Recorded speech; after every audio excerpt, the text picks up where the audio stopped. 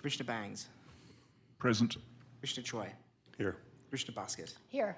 Commissioner Moline, Here. Commissioner Mahaley, Present. Commissioner Hunt, Here. Chair Brown Eyes. Here, thank you. With that, I would request a motion to approve this evening's agenda. So moved. And a second? I'll second. Thank you. All in favor? Aye. Aye. Hearing no dissent, motion carries. Are you is somebody in a position to review with us the revisions to the February minutes? I should have asked you for that. Yeah, I should have called them out better. The only revision was there was a number. I don't have them in front of me, but Rob actually had a quote that for the EV charging, there was an increase of 25%, and it was written as 2,500. And it was you that brought it up. That was the only correction. Yeah, Yeah. it was a square footage, it was an error in what the ordinance was. It's on page 3 of 11. As written, you have it corrected. Okay. Yeah. That's the only correction. Great, Yeah. all right. Thanks. With that, then, I would request a motion to approve the February minutes with revisions. So moved? A second? Second. Thank you. I guess, roll call. I think we can do it verbal. All in favor? Aye. Aye. Any opposed or not present? No. Great, thanks. Motion carries. Public comment for items not on the agenda. Can somebody double check the Zoom, just to be certain?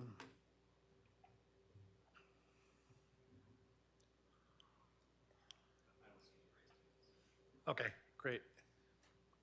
Seeing nobody with raised hands, we'll move into our new business. First item of new business. And who's actually going to do you want to just speak to it? Since Matt's not here. Yeah, there's no staff presentation, but basically what's happened is after the public notice went out, this is for a proposed drive-through coffee restaurant. I forget the address, 535 East South Boulder Road. Some issues surfaced after the public notice went out that necessitate continuance to the next hearing. So that's our recommendation, is to do just that. All right, so then a motion to continue Resolution 3, Series 2024 regarding a recommendation to City Council for a PUD for a potential drive-through coffee restaurant at 535 East South Boulder Road. Do I have a motion, please? I'll move. Thank you. How about a second? Continuation. Yeah, okay, great. And a second? Second. Second, thank you. And roll call, please. Commissioner Bangs, Approved. Commissioner Choi, Yes. Commissioner Buskett, Yes. Commissioner Moline, Yes. Commissioner Mahaley, Yes. Commissioner Hunt, Yes. Chair Brown Eyes. Yes. Can I just put on the, just Actually, remind, we have to mention the date too, May 9th, 2024. Go ahead. I just want to remind the chair that I will be absent at the May 9th meeting. May 9th? Okay, thank you for letting us all know. Appreciate that. Just as a side note, as we move into this next discussion item, so just for everybody to understand, if you're going to be absent, yeah, just let the whole commission and staff know, staff liaison at that point now. We don't have to tell people that we're going to be there unless we're nervous about it and we send out a specific question asking people, hey, something's going on, we're all getting fevers or something, and there's a last minute like punt to that question, but otherwise the expectation is that you're here in person. So that also goes if you're going to be attending by Zoom to let everybody know, and staff liaison. So we all know the same info at the same time. Thanks. Moving into our next item.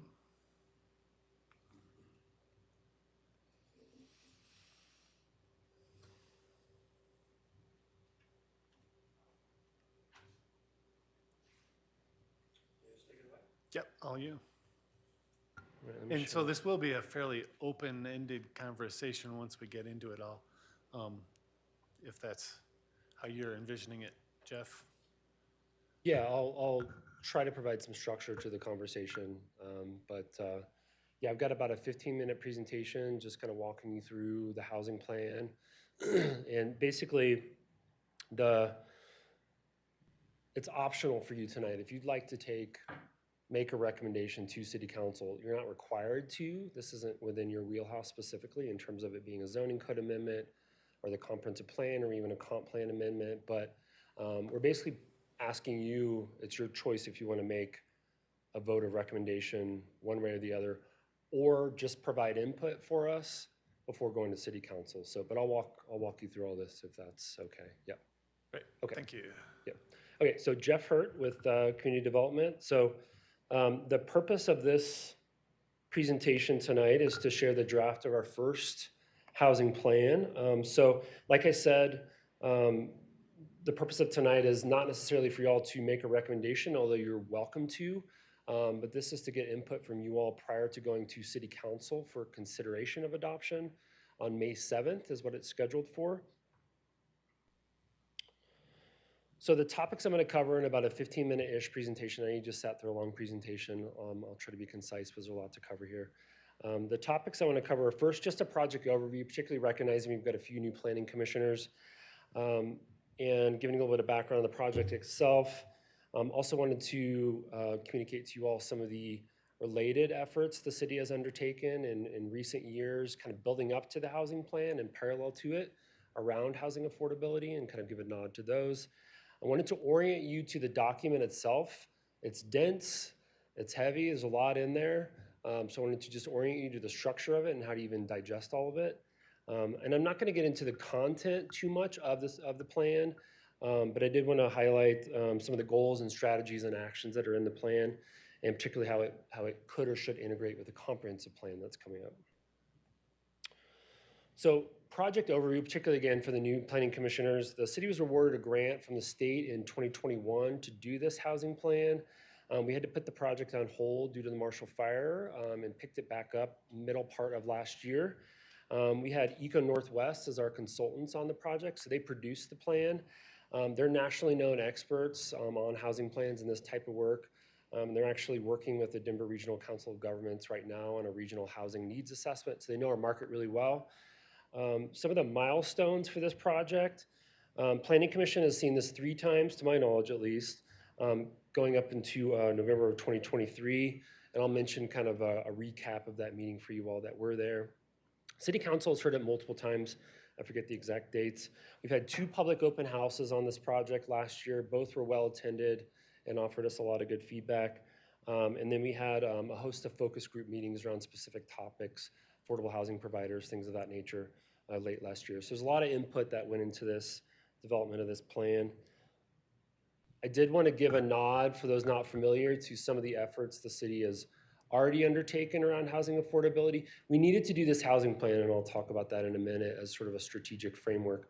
But we've done a fair amount as a city. Starting in 2017, we committed to a 12% goal as part of Boulder County Communities, a regional housing partnership, 12% of our housing stock to be permanently affordable. And that was adopted by a resolution in 2017 by council. We also adopted an inclusionary housing ordinance in 2021. That's where 12% of new residential, most new residential, has to be set aside as permanently affordable. We late last year, opted into Proposition 123, which some of you may be familiar with. It opens us up to be eligible to receive funds as part of that ongoing state funding source that is just now getting started. So there was a housing affordability goal that we had to commit to as part of that. So that was an important step for us. And then lastly, I wanted to highlight, actually within the last month, City Council approved an intergovernmental agreement with Boulder County to sort of share resources around the administration of affordable housing programs for the smaller communities. So like Erie, Lafayette, Louisville, Lyons, the communities that don't have housing staff are part of an IGA now to help administer some of this stuff. So this is, like I said, I think a really important plan for the city. I wanted to highlight why we're doing it and why it's important. It's really the first of its kind. We don't really have a comprehensive strategy addressing housing affordability in Louisville. So it's an important step for a number of reasons, and I'll highlight a couple of them. One, you want the policy foundation. If we're going to be writing new rules, making land use decisions, developing work plans, you want this policy foundation. But also when it comes to funding opportunities, I think it's important to note that as we or affordable housing providers request Prop 123 funds or things of that nature, state, federal, local funds, they look to the city to see that we have this type of policy foundation and say like, city council supports this, this is what we want to do.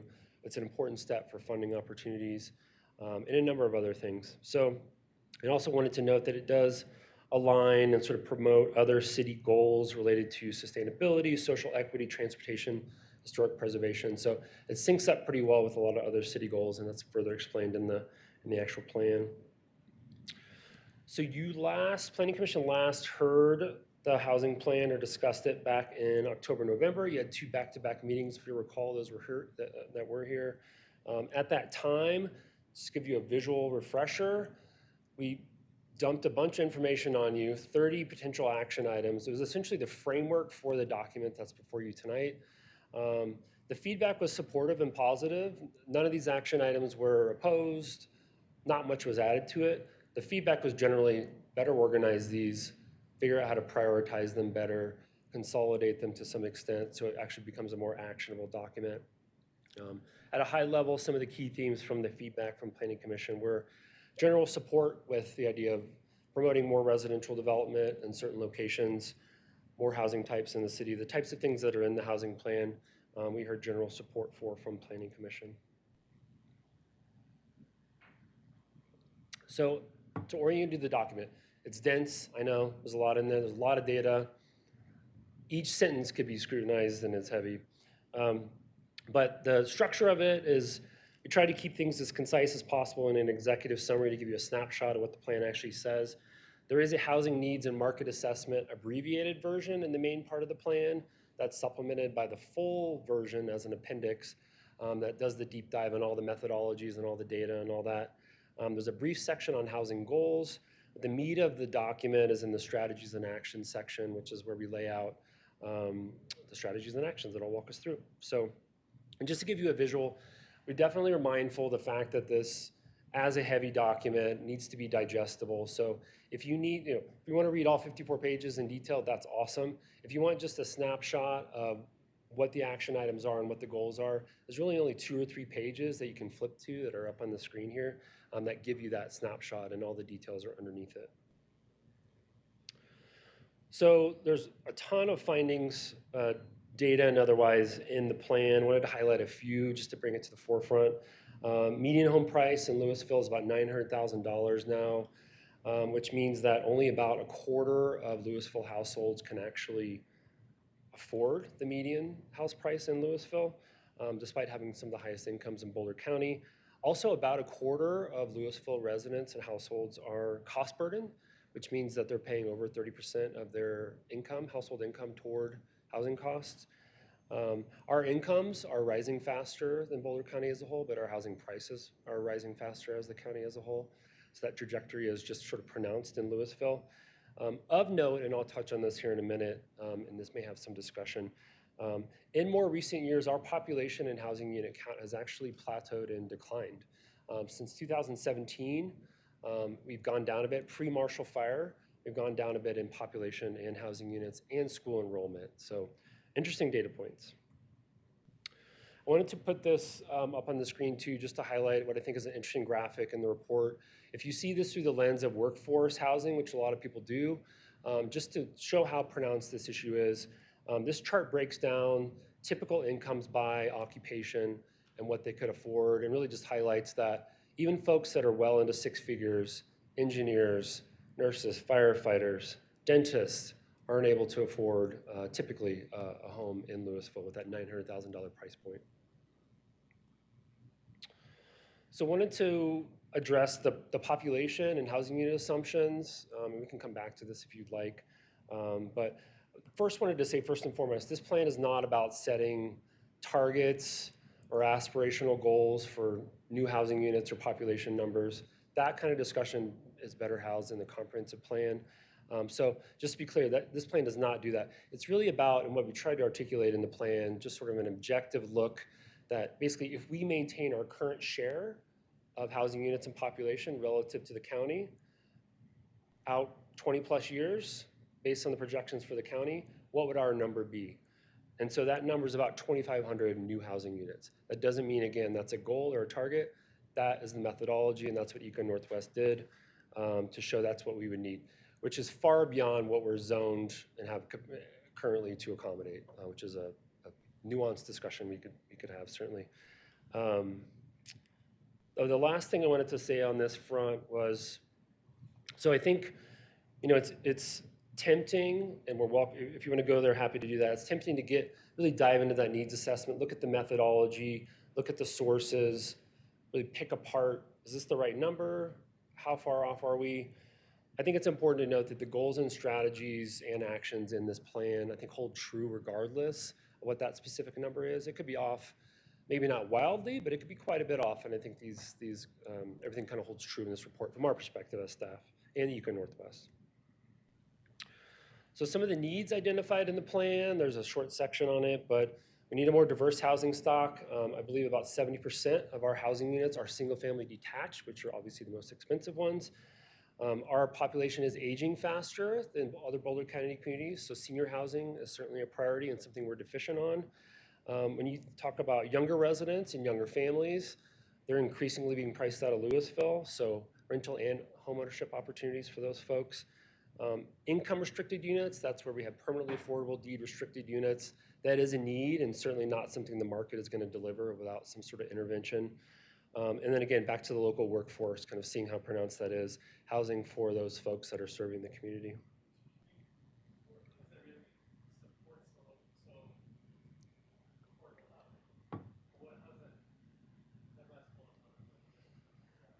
I think about this graphic right here, and I think about the folks who are working and maybe wanting to live in Louisville. There's all kinds of tangential things around commute patterns and things of that nature. But when you talk about the workforce, housing options for those folks is... So is there a number as it relates to area median income, workforce, the workforce? That's not something we've defined necessarily, that it relates to, I mean... Yeah. So sometimes, 120 to 140% in our market could be considered workforce housing, that they can afford it, that median income, that percentage of median income. But I think part of that bullet point too is we hear from our service businesses as well as our high-tech businesses that they have trouble getting workers and recruiting workers because of the cost of housing. So even if it's a restaurant worker, they're having issues getting workers because there's just no place, they live so far away to find affordable housing. Our high-tech companies that are hiring, $100,000 plus annual salaries are also struggling to recruit. So it's an economic development issue for the city as well as a kind of inclusiveness issue for the city. But ultimately, it's about affordability. Housing that supports workforce. Yes, so it's the workforce. Yes, we need housing that can be affordable to the workforce. And it's nuanced. We should be an inclusive community where if you're trying to start a young family and you're a 2-teacher income, for example, that would be great if we had a home ownership opportunity for them. I think we're the type of community that wants to support that. How do we do it in this environment? And I think that's what we're trying to get at. Because it's maybe 15 years ago, a 2-teacher salary could afford a house in Louisville. I think that would be almost impossible at this point. Yeah, definitely, yep, thanks. Okay, so let's see. Wanted to highlight community input real quick. Like I said, we had 2 open houses and focus groups. Generally reinforced the need to address this issue. There was no one that was saying we don't need to address this issue.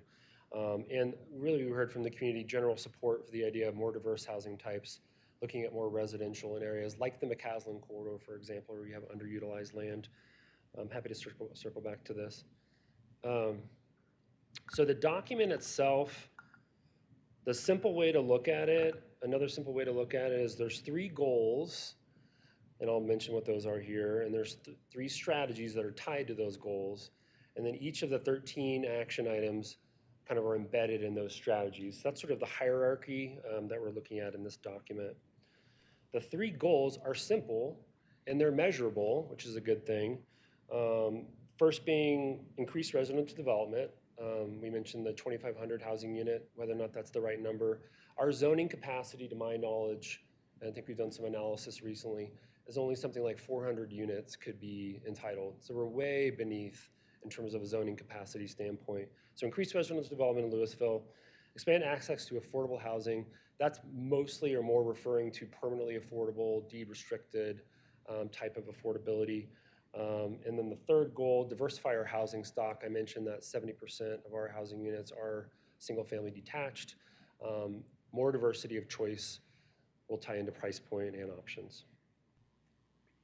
So the strategies that sort of are based on those goals are: 1, policy and zoning code changes targeted to reduce barriers.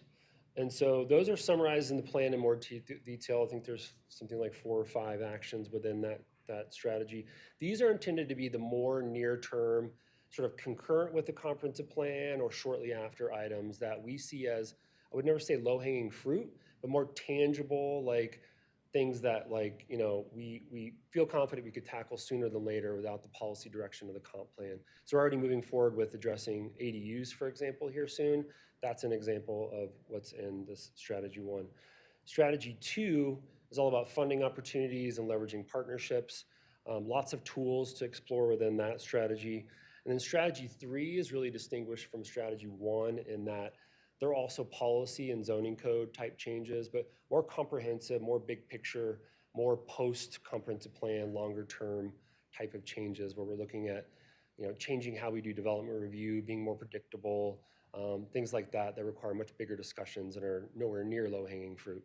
So longer out, kind of further on the horizon strategies or actions. Can I ask a question here real quick Yeah. before you go on to those specific? So both on these 3 strategies and the 3 goals that were presented, they're listed as strategy 1, 2, and 3 and goal 1, 2, and 3. Is that intended to indicate an order of precedence?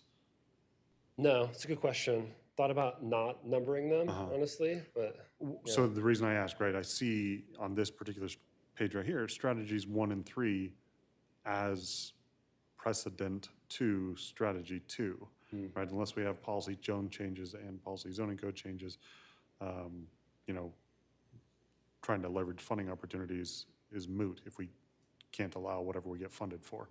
You know, on the previous slide, you know, it talks about residential development as strategy 1, and then it talks about kind of the right or the, you know, affordable housing or workforce housing. And, you know, maybe it's a question of like having the appropriate wording in the right order as it's presented, because it does present it as kind of a linear approach. yeah, that's a great point. And you know, we're not tied to numbering them, and I could see how that would create some confusion. So we could look at prefacing sections by saying this is not prioritizing, or we could remove them altogether. I mean, there's only 3 of them. I think that, you know, those of us that drafted this probably had a fixation on having number and order to things, but if there's only 3 and it creates confusion, yeah, be open to that. Yeah, it's a good point. Thanks. And then I'll just share the visual of we definitely had a goal of getting all the actions and the strategies on one page. So one can open up an 11 by 17, and that is sort of the blueprint for which other things are referenced off. But the way this table is set up, everything is summarized at a high level based on which housing goals it addresses, our best guess or our consultant's best guess at the housing unit production that it would yield, and the little icon with the houses, level of effort in terms of resources, cost, and timeline. Near term being 1 to 2 years, midterm I think 2 to 3 years, long term 5+ years. So it gives you the sense of the horizon of this plan. And just another visual. So each of the action items gets a deeper dive in subsequent sections based on that table, where the rationale and the description of it is provided, and some other factors. Some of them are so detailed that they have their own tables of specific sort of sub-actions that would take place within that bucket, again, with the idea of consolidating things. So Happy to go into each one of these actions, but we didn't think it'd be a bit much to go through all 13 of them. Just got a couple more slides here. So integration with the comprehensive plan, thought it was important to note. So you all are aware that that's ongoing. We're coming to you next month with a comp plan update. Certainly our vision is that any goals and strategies that come out of this plan would be embedded in the comp plan. It's almost become sort of the housing component of the comp plan. It's a huge benefit because, absent this resource from the state, we wouldn't have been able to do this deep of a dive with the comp plan on such an important issue. So the goals and strategies will be reflected and kind of rolled into the broader goals and strategies of the comp plan. But I also wanted to highlight some of how the action items from the housing plan could sort of live on in the comp plan. And they are kind of teed up in the housing plan, or at least we tried to. One being the idea of looking at land use changes from, say, commercial to residential. That's called out in the housing plan, but it doesn't say location. That's more of a comp plan discussion to make sure the community is involved with that conversation. Same thing with densities and heights. That's called out in the plan to look at, but not assigning location. That's sort of like where it crosses over into the comp plan territory. So we expect to continue those action items with sort of geographic specific recommendations to ask the community as part of the comp plan. And then we'll probably use the comp plan to refine a lot of the zoning code options. Yes. Maybe you'll get to this, or maybe I missed it. How does the timeline for the finalization of this housing plan relate to the comp plan? We've heard about the comp plan and that timeline where, at least I'm more familiar with, but I haven't heard and maybe it's open-ended, but what is the proposed timeline for the housing plan and the adoption thereof? It's a great question, and we think it's an opportune time, actually, if this moves forward according to schedule. So if this is adopted, of course, that's an if, by City Council in May, that's right around the time where our consultant team is developing future land use scenarios and developing the content that we're going to have at our next round of community engagement. So it actually dovetails really well right into where that analysis is done, where there'll be conceptual future land use maps developed, for community input that are based on the housing plan, if that makes sense. Okay, I think I just got a couple more, and then we want to hear what you have to say, certainly. So next steps, City Council is considering adoption on May 7th. And then once adopted, it will dovetail into the comp plan, certainly, as we discussed, but the way the actions are framed, and we hope in a user-friendly way, this can guide a lot of our work planning as city staff and as the city manager figures out how to allocate resources. And around our housing decisions. The goals can be really valuable for us as we're evaluating different land use decisions, zoning code changes, development review proposals, things of that nature. So we're hopeful it gets used for that purpose. And then we already talked about the comp plan. So this is the last slide. So for tonight, our request is at minimum for your input, questions certainly to inform going to council, adjustments, refinements to the plan to take to council. But we're sort of asking you or putting it on you if you'd like to make a formal recommendation to City Council. So with that, I'll conclude my presentation and fire away with questions and comments. Thanks. I guess initially I'd like to kind of poll people to see if in advance of discussing any of this, whether we feel like we're going to want to make a recommendation one way or another. Sure, yeah. Can we talk a little bit about what that actually means? Like, It just, yeah, absolutely, yes. It means like, we like what we see and we think that City Council should adopt it. That's my belief of what it means. so understood, but Yeah. are there any other implications beyond what you just said? I guess is what I'm asking, which I don't think so, but. Not that I'm a Yeah, and particular minder. it's like I said, it's not codified that you would vote on this, but if you did want to make the recommendation, it could represent a more coherent communication of your position on things versus individual input. But it's however you want to do it. We'll take it however, yeah. And I guess another way to ask it, there's no procedural impact here, whether we recommend it or not. No, they're hearing it on the 7th, or they're evaluating it on their terms. So yeah, it's just our saying yes, we do or don't believe in it. So, so I think that should be our goal. So, thoughts? I would like to make a recommendation to City Council. I think that because of this tie-in to the comprehensive plan, it's important to show that the Planning Commission is bought into it. Great. Good. Can I ask a couple more questions about just the overall, everything where we are with this? Sorry, just once before we, so just like process? No. Not quite exactly more content? I have some Right. questions as well. For process or for, Just Content. what's in the in his presentation? presentation, yeah. Did you have another thought? Did you, Commissioner Moline, have a thought on the recommendation? I completely agree that I would also recommend that we try and get to the Come point to where. something? Yes. Okay, great, thanks. All right, yeah, so then why don't we start? Yeah, Commissioner and I agree. Sorry, Commissioner Basket had said you recommended that we do develop a recommendation. I just wanted to say I'm in support of figuring out if we want to have a recommendation. Right, yeah. No, that's Sorry. what we're all saying. Yes, Let's eat, Grandma, with the comma, you know. Let's eat. right, comma, yes. right. Just a couple questions for you. So the very first sentence of the executive summary of the housing plan says, "The purpose of the document is to outline a strategic and actionable plan for the city to address the future housing needs of Louisville." And just a general question, should this go to council? Should they adopt the plan?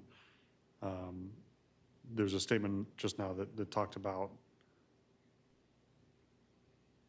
that would inform the work plan for staff. Is staff, like, do you all currently have the resources available? If council says, we're all in, we adopt it, let's get all of the different, however many there were, 29 actions and 3 strategies and 3 goals, you know, let's get this stuff done.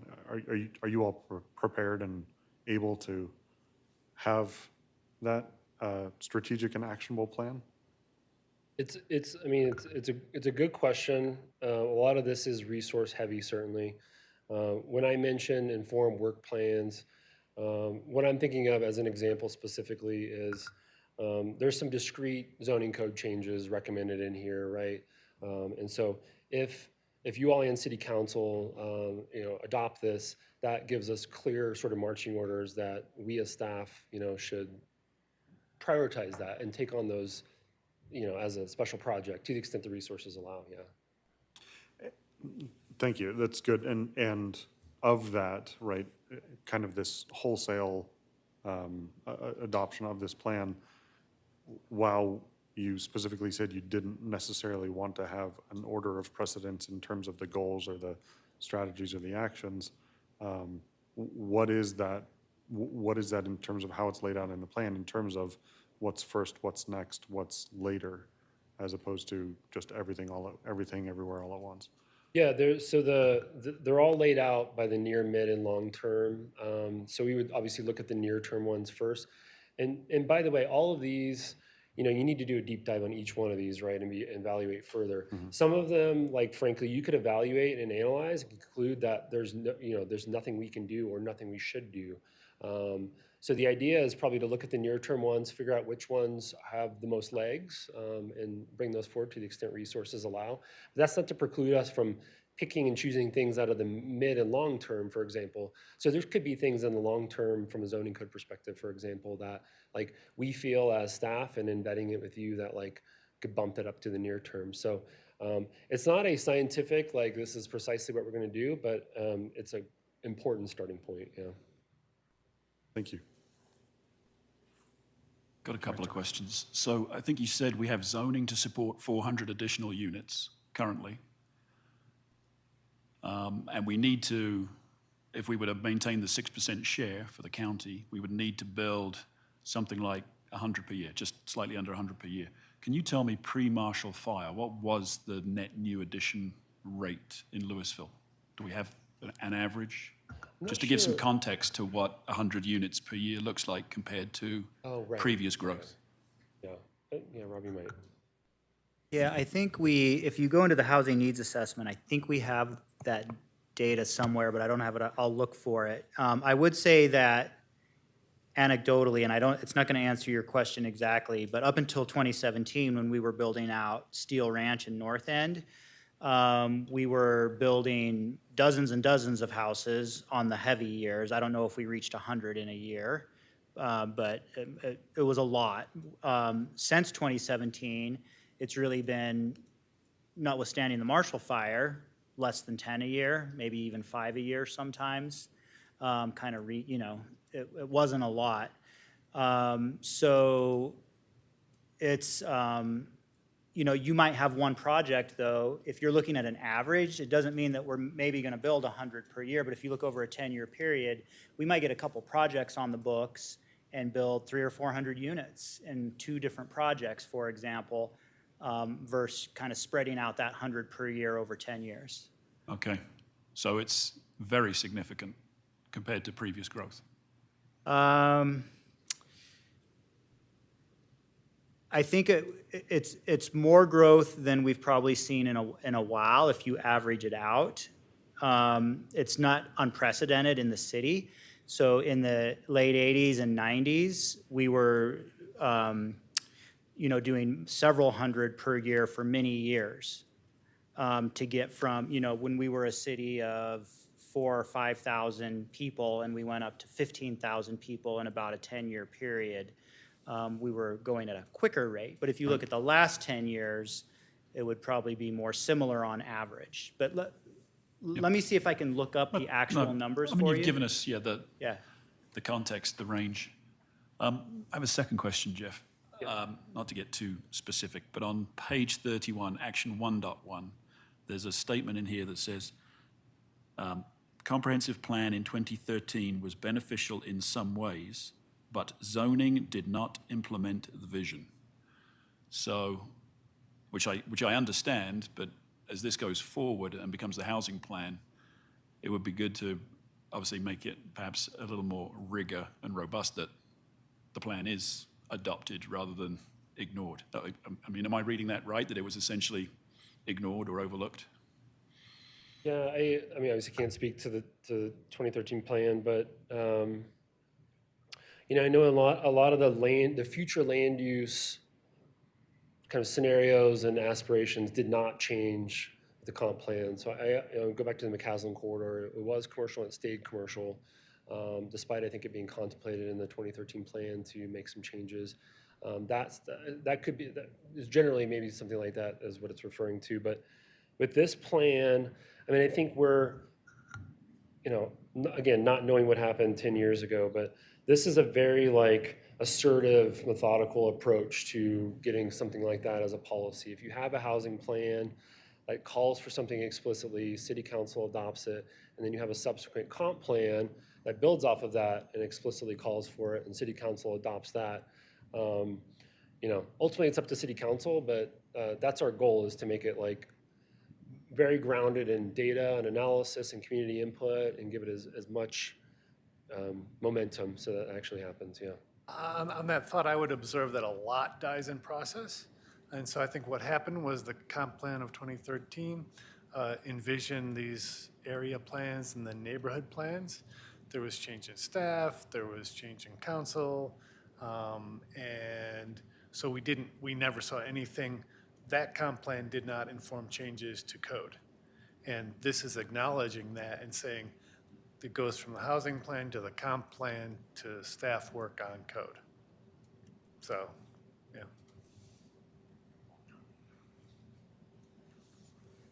Commissioner Vasquez, you at one point were, no? Any other? Yeah, let's jump into content and, yeah. As far as content goes, if we don't have anybody with giant long lists of burning priorities, we can just kind of jump around. We can begin to jump around, swim in this pool a little bit and see where it goes. And then if we need to, we can focus. I have a question that may lead to other. Great, yeah. So maybe we can start there. So Use the microphone. Thank you for reminding me. So the extra 2,438 housing units by 2047, if I'm reading that right, that's based off of an additional 4,115 residents. That's about 1.6 bedrooms or so per unit? Or what are the assumptions regarding the size of the additional units, and how are those, what did you assume to get that number is really what I'm asking. Yeah, I'd have to look at it precisely, and our Eco Northwest, our consultants did that based on sort of the best practice for how to make these calculations. But I believe, and I have to verify this, I believe that it's the population number, and then you look at the census, persons per household, and that ties to the housing unit. Yeah. Okay, so, yeah, so it's a national, excuse me, And the same issue. yeah, a national average or a typical scaling rule that's applied? We have a local average, so the census and the census data that we get for Louisville has our own unique household size for different types of housing units. So they can get data on single-family houses, apartments, other types of like row homes and attached. Well, we can actually pull data for those different housing units for Louisville.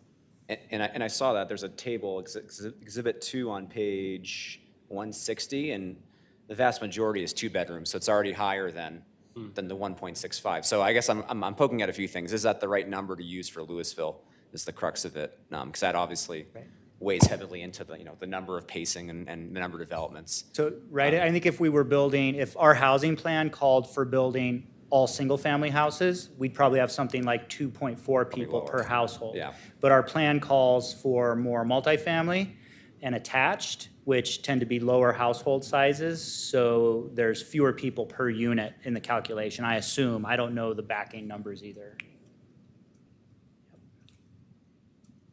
Yeah, we could, and we can look into that as we're talking here, but I'll pivot back to my statement too, that, again, these aren't targets or aspirations, and we also think that the goals and the strategies and actions hold true, even if those numbers, we use different assumptions, yeah.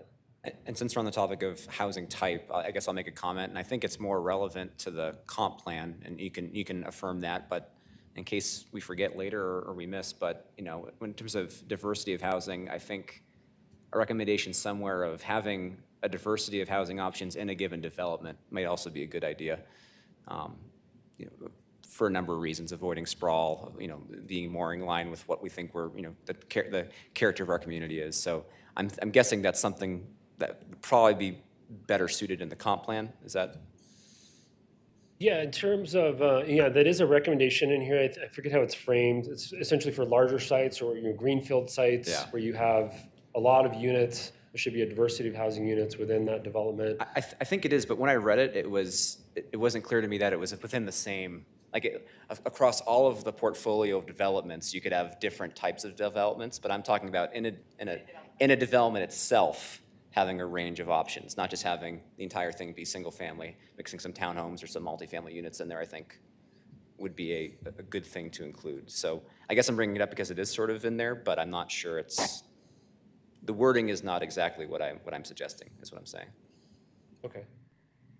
Well, so clarify, the comp plan, would address something like that in terms of a location-specific recommendation where you say, you could define a land use that says, whatever it says, large-scale residential development or something, and then emphasis on within that, large. yeah. So that could live in the comp plan. But help me understand how this document can maybe clarify. I think maybe the language similar to what you described. I can't find the table. Is it a concern that it's calling for just little islands of Yes, one type, yeah. of kind of Yeah. monotype? And if it's a small development, Understandable, yeah, but but if it's a large development, we want to allow right, for the thought that a yeah, larger like, development could you should have the contain- diversity of the housing option within Even that within single development, if it development. was- Instead of just saying, yeah, this one is all this type, this one is this type, this one's this type. So technically, as written, we've achieved the action.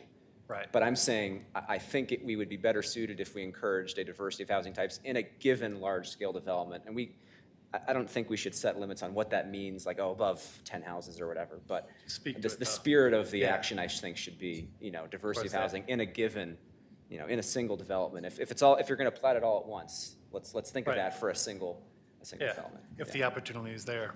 to encourage that diversity of housing within a development. Okay. We'll look at some language. Yeah, and so I check think that just out. adding language, so that diversity of housing, but including diversity within a single large, Within one development, yeah, okay. thank you. Thanks.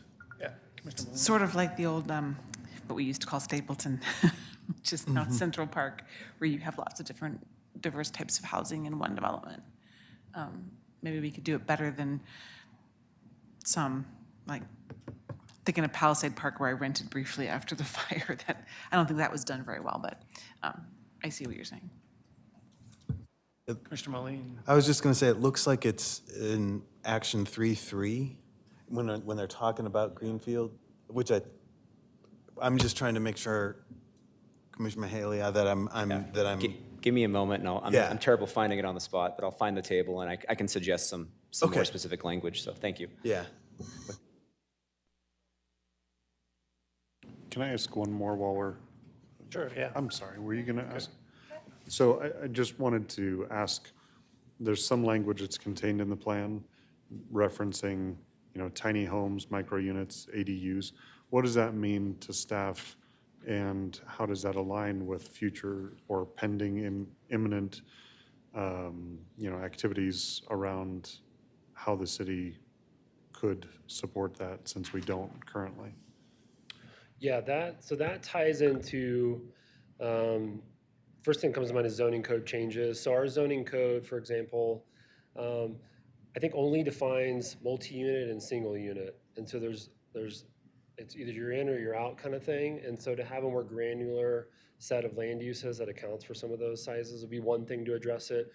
We could look at minimum lot sizes in certain parts of town that would better facilitate those types of housing units. So I think there's a whole regulatory structure that could help with that. Yeah. And I guess part of what I'm asking is, as that language is inclusive in the whole in its in the plan in its entirety, and adoption by council of the plan would inform work plans. That's kind of a component of what you were talking about before, right? Where that's a specific kind of action that's contained within one of the strategies that would be a near-term effort that, through the support of an endorsement from the commission to council about adoption of the plan, that would be an example of something that you guys would tackle as an immediate action. It would be a goal for sure, yeah. I mean, I would envision, again, goal, aspirational, staff resources, all that stuff. But I would hope to bring a package of zoning code amendments to Planning Commission and City Council. And to be able to have their trajectory to say, hey, you talked about this 6 months ago or whatever, and this is just building off of that versus, the one-off things that come your way more often than not, so. Thank you. Commissioner Basket?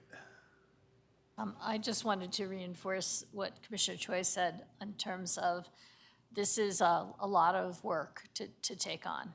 And we haven't even done the comprehensive plan yet, and a big work program will come out of that.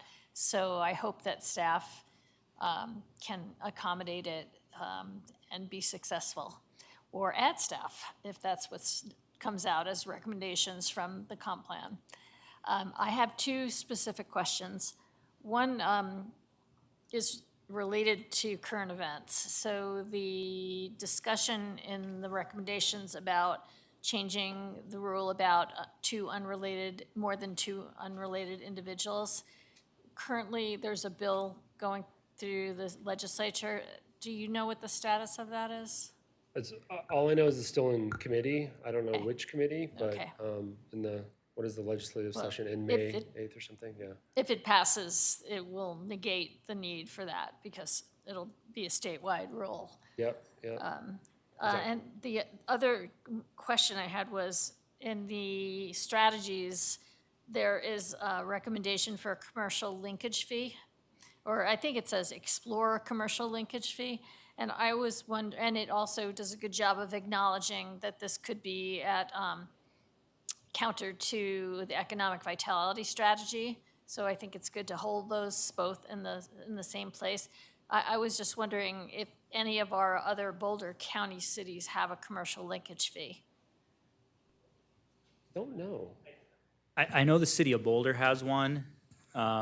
fairly recently adopted, is my understanding, but I don't know, I don't think we've researched if any others have one. We'd probably need to know that at some point to understand the competitive issues related to that. While I'm speaking, though, I would like to say that I really like the report a lot. I think that it is well organized and articulate, and it gives you a way to look back and forth between things. So I commend the consultants and the staff input that went into creating this. I just want to reiterate that. I did read through it. I think I might have found a typo. I can tell you I offline found about Yeah, there's some 4 or 5 typos. typos. But Fire away with those. yeah, it looked to me like they were part of, probably from formatting, you were messing around with it. But I was really impressed with the amount of work that went into this and the thoroughness of it and the creativity of the recommendations, because I think it's a hard nut to crack. I was really struck by some of the findings, about the 25% or 74% flip, the unaffordability issue here, which we've all been feeling, and the loss of families with young children. And I think it's such a problem here that we have been hiding from for a little while. Those of us who've been here a really long time know we came here and it was, really affordable for families with young children. And this is a tough problem. And I think there's a lot of really creative ideas in here. And I am duly impressed. So nice work. But just to follow on to that, I think they're really state-of-the-art recommendations. So for example, one of the things that struck me was an acknowledgement of the difficulty of mixing uses within the same buildings. So for a long time, development has been on a kick where we required commercial on the first floor.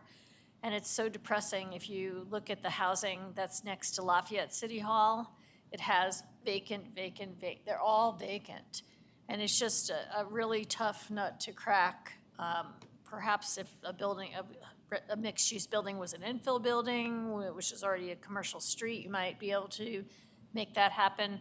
But I think it really drags down the development and creates an even worse lack of eyes on the street and activity when that happens. So I'm impressed with their recommendations.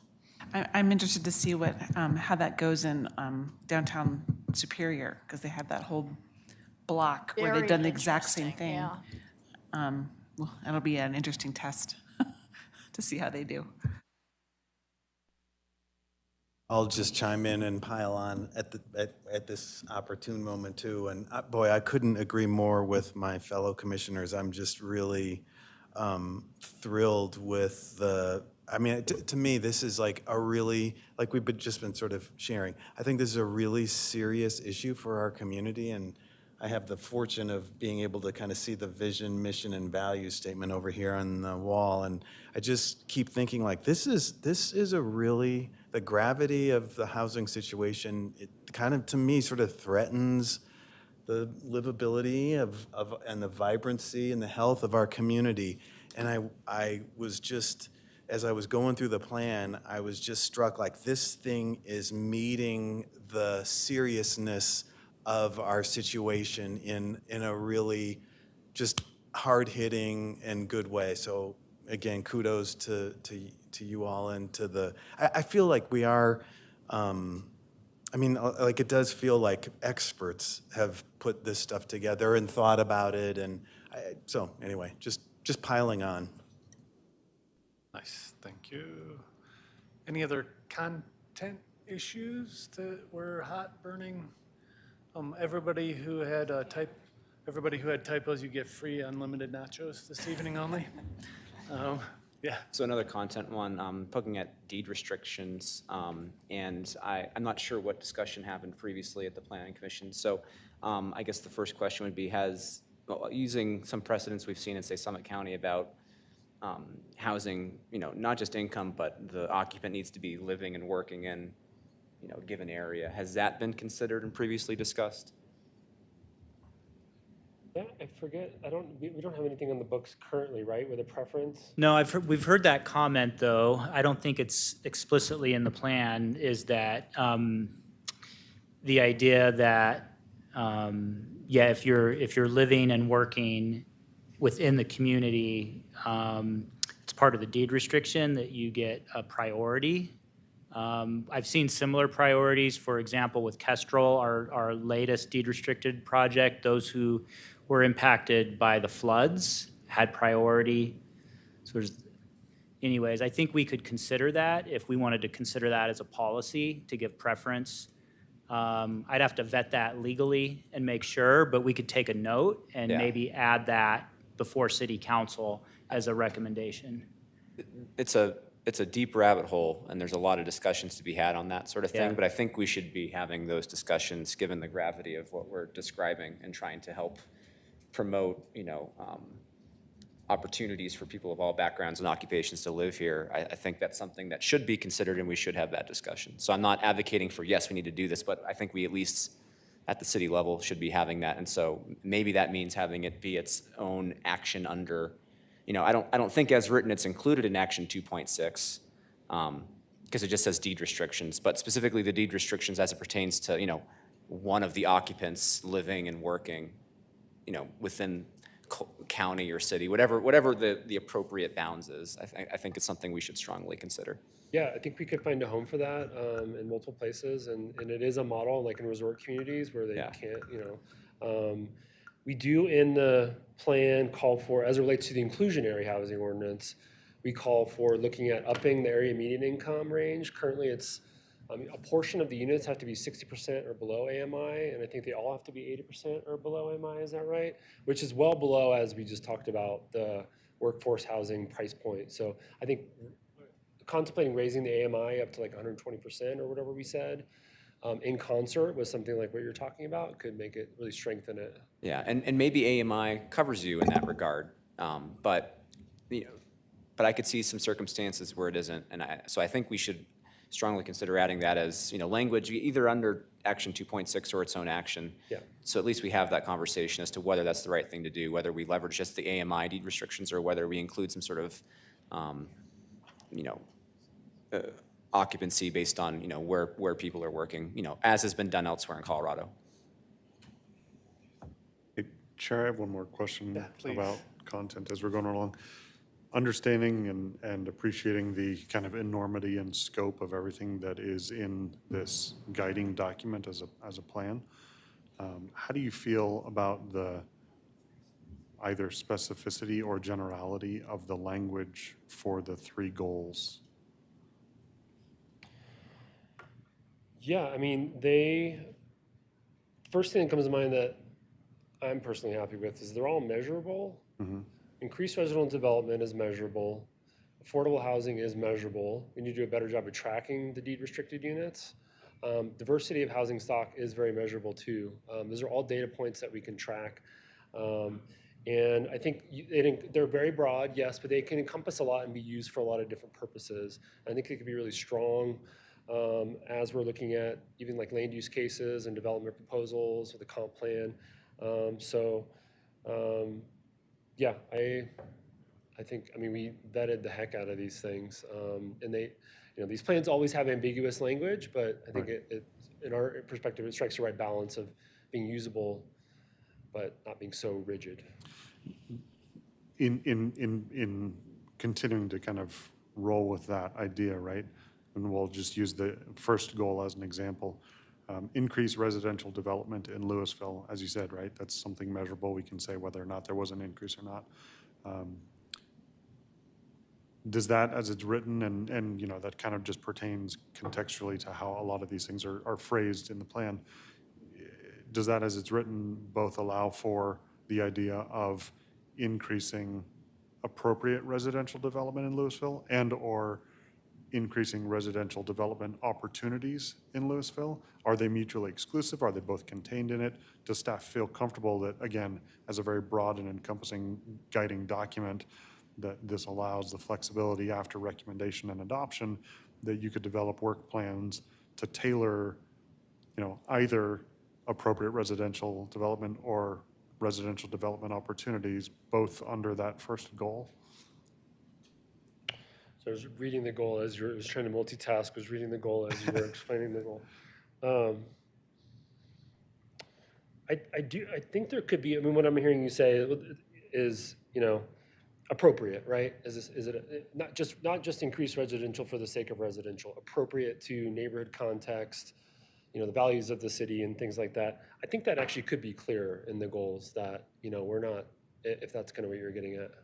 And I'm not necessarily trying to wordsmith this and give you specific recommendations. What I'm more getting towards, right, and it goes back to my initial question of, if this is adopted and now you say, hey, we have all of these things that we're supposed to do, not only do you have the resources available to be able to deliver on these things, but are these the right things, the way they're crafted, that you want to inform your work plan? Or is there something else that is more nuanced or maybe more general? It's more of a question about, the comfort level with staff as it's written, and if it does support your overall goals after a recommendation and an adoption from the commission and council. And I personally think you're calling attention to something that I think personally should be clearer in there. Like you're almost, like I agree with your edit, even though it's not a group consensus or whatever. And rereading the language, I don't think there's enough in there. That could just be a couple words, like appropriate, context sensitive, something like that. Yeah. Okay. That sounds good to me as well. Thanks for raising that one. I mean, I think it has the potential to make the document, because it is kind of fundamental to it conceptually, to make it more palatable to many, perhaps. So, yeah. But it sounds, Commissioner Choi, are you really just asking overall, are these goals, is staff happy with it? Is that what you're asking? I mean, that's a portion of it, right? I mean, Yeah. ultimately, if we make a recommendation and council adopts it, then staff has to live with it. Right. And so, I've been assuming this came, like that you all have had input into this and are happy with it. But if that's not the case, I guess we should know about that. I think part of my question is sometimes we can't see the forest for the trees. Right? And I know staff has been working very diligently and long time on this, and, sometimes we work so hard at refining that we kind of miss something that could have been involved. So this is just a probing question. It's a tremendous value add to have a fresh perspective to look at this, because you relook at something 100 times and you see something like hear something like that, and you're like, duh, just right and appropriate, context sensitive. Yeah. I like it. For example, look at page 21, there's a typo in there. If you want to email, you can email them offline. Yeah, however you want to do it. Commissioner Basket and I will email you our typo finds. Page 21, noted. There's a paragraph that starts with like a 0, and I think there's just some words missing. Okay. Any additional content-oriented thoughts, concerns, input? What's that? You're leaning back. Great. Anybody else over here? We do have just, 2 people listening this evening? 3? So if anybody who's participating by Zoom, if you wanted to use the... Oh, yeah. Oh, do we have a card? Did you want to participate in the meeting? Are you? No. No? Okay, great. Thanks. Appreciate it. Anybody on Zoom wanted to use the raise hand function and share your I just saw one. 3 minutes of thoughts? All right. Oh, Tamar Krantz. Yeah, so. All right. Great. Why don't we begin with Ms. Krantz? If we can unmute her. And then also the clock, just to keep it quasi-official rules. Okay, am I unmuted? Yep. Oh, great, yeah. Thanks for including me in this discussion and for all the great commissioner questions and comments. I have so many things that I would want to say, but I think my first big comment is that I really would strongly suggest replacing the first goal. I understand why that goal is there, that we need more housing, but I don't think that more housing for housing's sake is really an objective. We identified problems and we need strategies to fix the problems, and their goal is just too broad. What is the problem that more housing is going to fix? Lowering prices, providing workforce housing. I noticed that Eco Northwest also did a very similar housing action plan for Bainbridge and Island in Washington, and they have a really similar problem as to what we do, except for their median house price is 1.2 million or more, and they have similar problems. And I really liked the goals. They didn't call them goals in the Bainbridge Island housing action plan, but they called them guiding principles. And just increasing housing wasn't one of their goals. They had other goals like diversifying and stabilizing housing, building more affordable housing, and especially providing housing support for certain populations that really needed the help. So I think that we should really consider eliminating that broad goal of just increasing housing.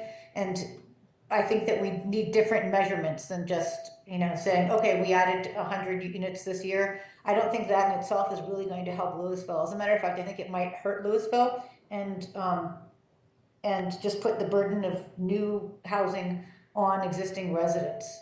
I would also like to suggest that one of the goals be that the second goal be modified to include the 12% goal that we've agreed on. And I think I would go as far as to say that the second goal should be that we want more affordable housing at a minimum, meeting the 12% that we've signed on to with the county. So I think that a lot of the specific actions and strategies follow up after the housing goals. So I would think that it might be, if it's possible, we should do more community outreach to agree upon the housing goals. I think that when I went to the October open house, I felt like we jumped right into the strategies, and we didn't really know what the goals were. So if the goal is more workforce housing, maybe we should have looked harder at the strategy for deed restrictions. I think that like Vail did that. They were offering funding to support, to pay owners so they could have deed restrictions to set aside housing for workers. I think that, I thought that was a really cool idea, and that's something that Louisville could do as well. So I feel like we need a more meaningful goal. Like if we want workforce housing, we should do like what they did, like what EcoNest Northwest did for Bainbridge, which is to actually do a survey of the do employer surveys to find out where and exactly what kind of housing they need. So I would just like to suggest that we modify the goals. Great, thanks. Am So I I know, out of time? yeah, you don't have the benefit of seeing the clock. You are, but Okay, do you want sorry, to just? that's great. Okay. You can wrap up. Thank you for Thanks. taking my comment. Well, if you want to wrap up there, you can go ahead. Great, thank you. And then next person on Zoom? Okay. All right. With that, then maybe a little bit of additional. All right. Okay. And please go ahead. Oh, hi, can you hear me? Yeah.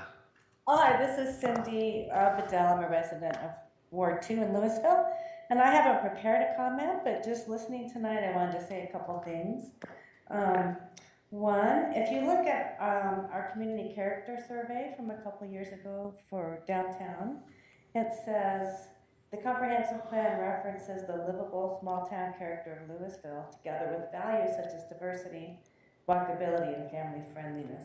So I don't think, we should be throwing out livable small town character in our vision statement, in the housing plan and in the comp plan. I think that's really important. So we need quality of life for our current residents and employees. We have an infinite market of people who want to move here, so we can't build our way out of that. No matter how much we build, there'll still be thousands more people that want to move here. So I think we need to look at what's reasonable to reasonably and sustainably expand our housing stock, including using other options besides just constructing new units. So, deed restrictions, say people like myself who own a smaller single-family home, that someday when we're not here, we could put a deed restriction on it, so it could be a relatively affordable unit, maybe for a school district employee or something like that. I like that idea. And just consider, as you increase height and density, Also increasing will be traffic, crowding, noise, pollution, crime, parking. And so if we put use by right for downtown for height and density, that's gonna greatly change our downtown character as well as throughout the rest of the community. So I think that's what I have to say right now. I might have more to say when it comes to city council. But I think we need to be reasonable, and as Director Zakaro said, what we're talking about now is more growth than we've seen in a long time. So we need to be really careful about that. Thank you. Thank you very much. I actually found some data Okay, going great. back 10 years that I can share with you. I wasn't very accurate, so it's definitely worth looking at here. I'm going to try to share my screen here. Give me a second to figure it out. It looks like I'm disabled on sharing. Did you make me a co-host? Okay. But basically, I have some data going back to 2010. You know, there were years where we were doing well over 200 units a year. I think over that time, we had about a 15% increase, but let me just get the data up. So let's see.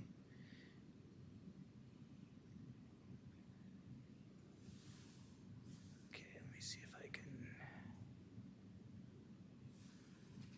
Okay, it's really hard to see, so I'm probably just going to read it out to you here.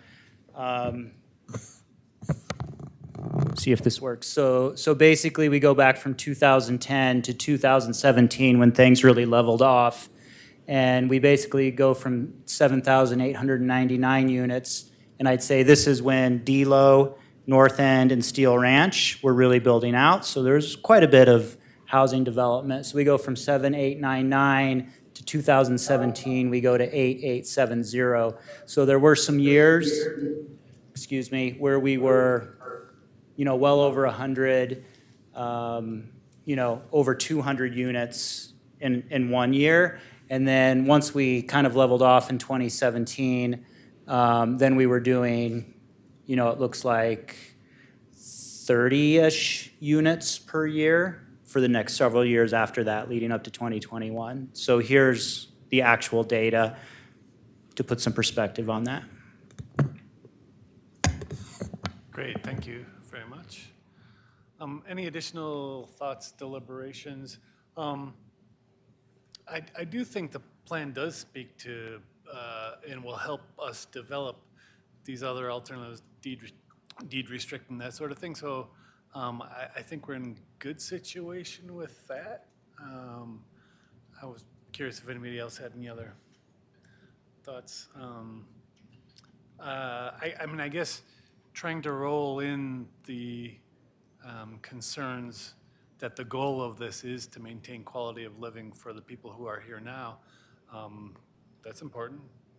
It's just language, but I think it's potentially important language. So if you can maybe find appropriate places to weave a little bit of that in, that may help people appreciate the goals even more. We'll commit to doing that before bringing anything to council. Great. Any other, yeah. One last parting comment. I like the iconography used throughout the document.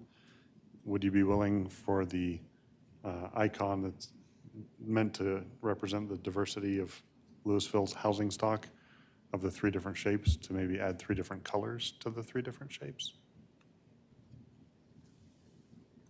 Let me make sure I understand the, Goal number 3, yes. right? Yeah, the 3 shapes. Yeah. 3 shapes. Yeah, Make we'll them look 3 at that. I colors like, too. see if we can do something there. I like that. Yeah. Beautifully nuanced, nice. Thanks. That really is my last comment, I promise. Oh, no, if it comes in, pops into your mind.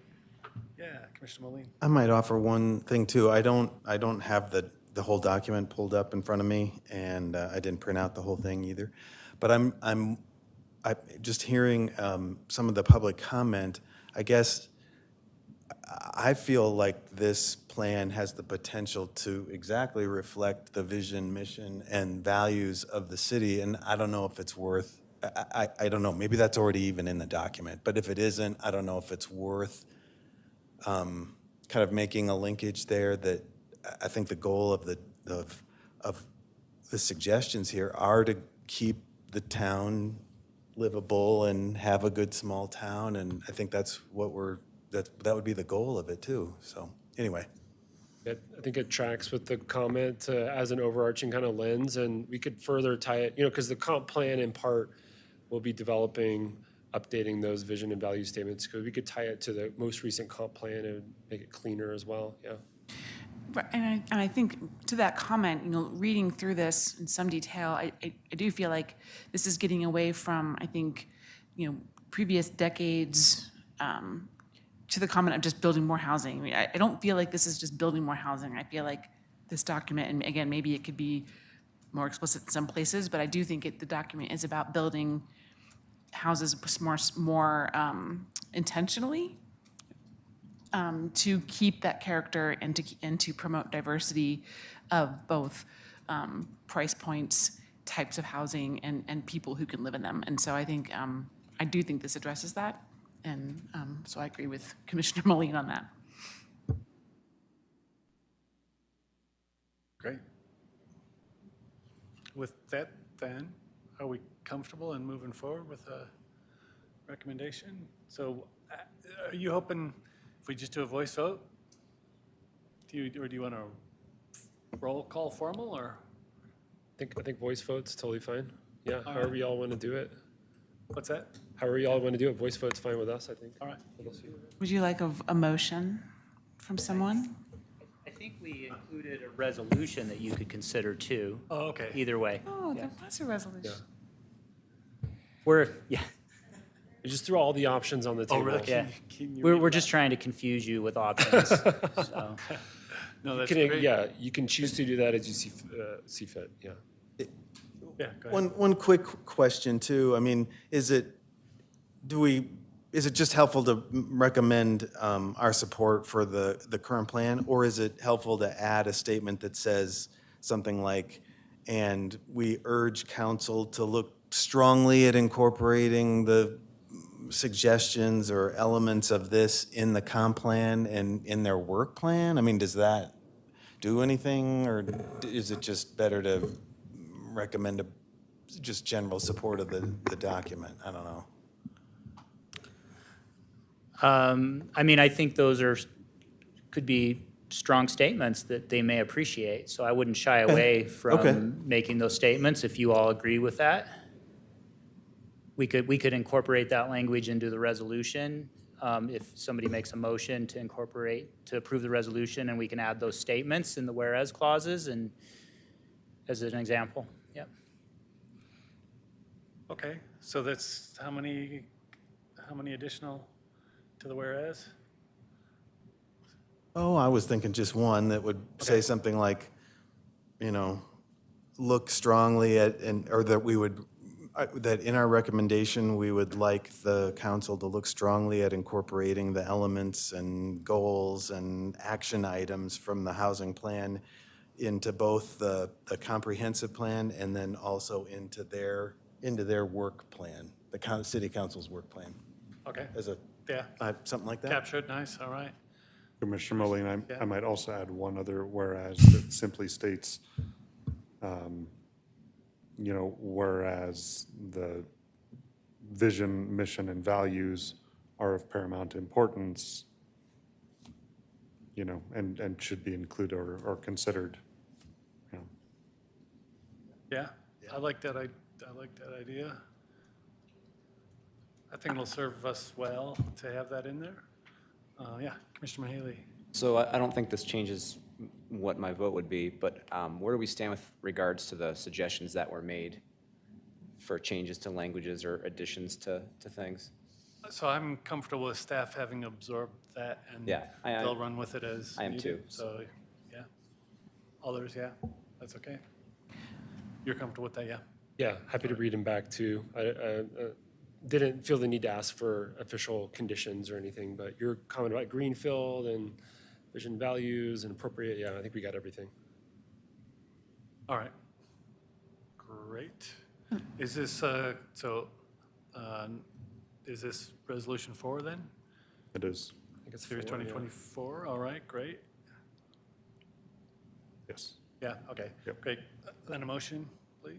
I'll make a motion that we approve Resolution 4 with the additional whereases that we have suggested. Great, and a second? Second, thank you. All in favor? Aye. Aye. Aye. Do we have any dissenting or abstentions? It is unanimous. Thank you all very much. With that, then, we'll move into any planning commission comments, staff comments. Looks like we will be discussing comp plan next month. With that, Yep, comp plan. We've got a number of land use cases that are near planning commission ready, just not quite ready to announce yet. The one that's continued, obviously, but there's at Right. least 2 or 3 others. Yeah. okay, that are potential. Yep. Okay, great, thanks for the warning. With that, then, a motion to adjourn. So moved? All in favor? Aye. Aye. Thank you all. Look forward to seeing as many of us as possible next month. We'll miss you. Oh, no.